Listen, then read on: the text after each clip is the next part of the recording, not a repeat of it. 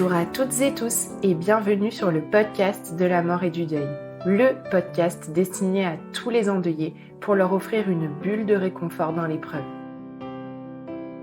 Je suis Tiffany, accompagnante professionnelle du deuil et je réalise ces épisodes aux côtés d'Elsa, ingénieure du son. Comme chaque vendredi, nous vous invitons à travers quelques extraits riches en émotions à redécouvrir la première saison du podcast.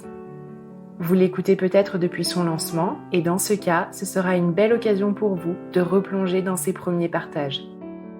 Si, à l'inverse, vous avez découvert le podcast récemment, c'est une douce invitation à explorer des épisodes plus anciens, mais qui pourraient, eux aussi, résonner dans vos cœurs. Pour réécouter l'épisode du jour en intégralité, vous trouverez le lien en descriptif. Je vous souhaite une belle écoute. Et puis tout le reste, beaucoup de souffrance. Épisode 6. Dylan, médium, nous montre le chemin de l'évidence de la présence intérieure. Qui avaient leur preuve de survivance alors qu'il est fondé en larmes. C'est lui, c'est sûr, je reconnais. Oh, t'es là et bon, ça fait partie du processus et pas de problème.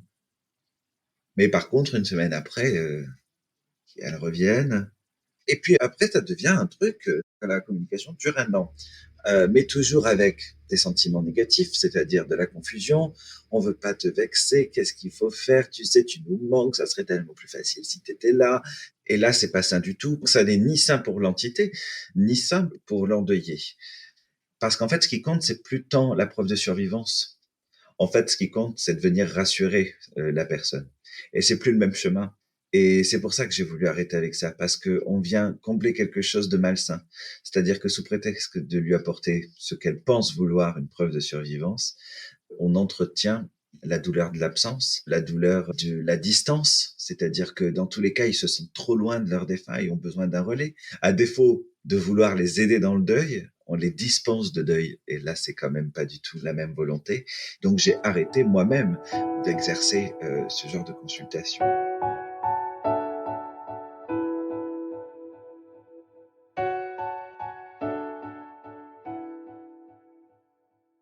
C'est tout simplement ne pas ignorer que les gens partent, pas forcément à 80, mais à 40, à 30, du jour au lendemain. Et donc, est-ce que ce n'est pas savourer davantage les instants avec eux comme des instants bénis?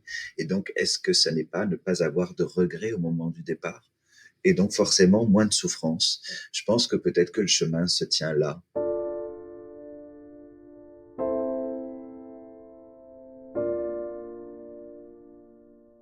Je te vois, je t'enlace, je te parle, tu es en dehors de moi.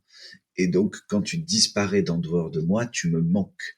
Ça, c'est le jeu de l'existence sur Terre. C'est le jeu de l'incarnation. Mais c'est pas le jeu de l'âme. C'est-à-dire que lorsqu'elle retourne à sa source, dans son monde d'âme, elle peut toujours être en communion avec celle qui est en nous d'âme. Et du coup, il faut vraiment être dans l'intérieur. Le but après, c'est non plus de considérer la personne comme extérieure à nous-mêmes, avec qui on a un lien, c'est de considérer la personne comme faisant partie de nous, avec qui l'on est un lien. Être un lien ou avoir un lien ne sont pas les mêmes choses.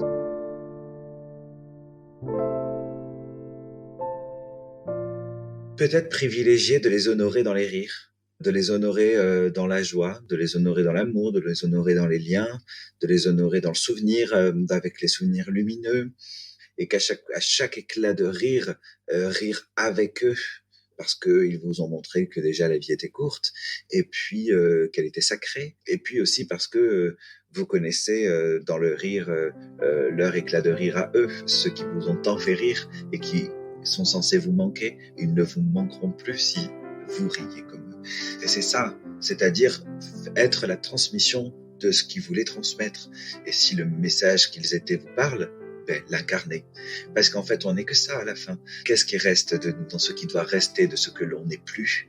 C'est une idée, c'est un concept, c'est des valeurs, c'est un message, c'est le meilleur de soi. Et ça, on peut l'approprier.